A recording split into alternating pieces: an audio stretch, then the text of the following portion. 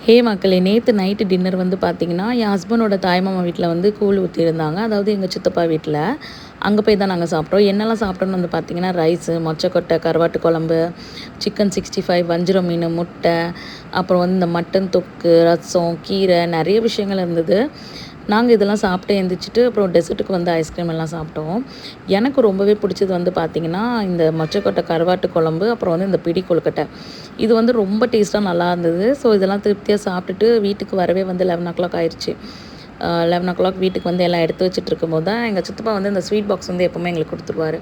So இந்த வாட்டி வந்து பார்த்திங்கன்னா, ப்ளூபெர்ரி காஜு கட்லி தான் இருந்தது. புதுசா ட்ரை பண்ணேன். நல்லா இருந்தது டேஸ்ட்டு. அப்புறம் வந்து கூழ் வேணும் அப்படின்னு சொல்லி எங்க சித்திட்ட சொன்னதுனால, எனக்கு சூப்பரா ஒரு டப்பால போட்டு குடுத்து விட்டாங்க. சிக்கன் 65யும் மிச்சம் இருந்தது. அதுவுமே மேரினேட் பண்ணி குடுத்து விட்டுருந்தாங்க. கூடவே வந்து பார்த்திங்கன்னா, தட்டில வந்து எங்களுக்கு இந்த மாரி பழம், பூவு, மஞ்சள், குங்குமம், வெத்தலை பாக்கு இதெல்லாம் வந்து வச்சு குடுத்தாங்க.